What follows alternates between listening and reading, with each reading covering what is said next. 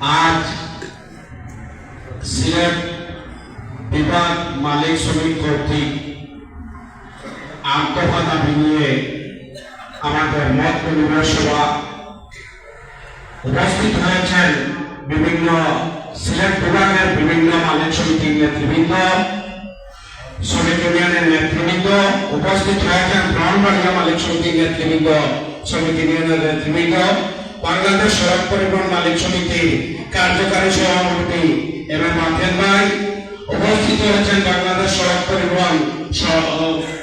পরিবহন শ্রমিক ফেডারেশনের সভাপতি আব্দুর রহমান দুদু ভাই সহ সকল নেতৃবৃন্দ। আসসালামু আলাইকুম। হিন্দু ভাইদের প্রতি আদাব। আমি আমার একটু আগে বলে গিয়েছেন আমার বিভাগের সাধারণ সম্পাদক, আমি সুনামগঞ্জ জেলা সড়ক পরিবহন শ্রমিক ইউনিয়নের প্রধান নির্বাচন কমিশনার। আজকে আমার নমিনেশন গ্রহণ করা হবে, তাই আমি চলে যাব। তার আগেই আমি স্বাগত বক্তব্য রাখতে চাই।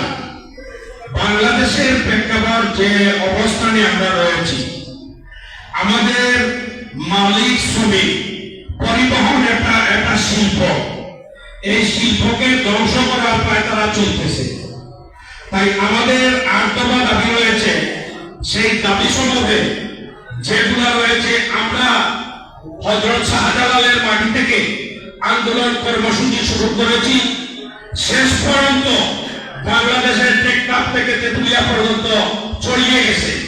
তাই আমরা আজকের প্রধান অতিথি বিশেষ অতিথিকে বিনয়ের সাথে অনুরোধ করব, আমরা পূর্বে বিগত 16 বছর যাদের কাছে জিম্মি রয়েছিলাম, বাংলাদেশ সড়কের সাধারণ সম্পাদক এনাতুল্লাহ খন্দকারের কাছে, বাংলাদেশ সড়ক পরিবহন ফেডারেশনের সালাম খানের সাথে, আপনারাও যেন আমাদের মালিক শ্রমিককে কোনোভাবেই জিম্মি রাখবেন না।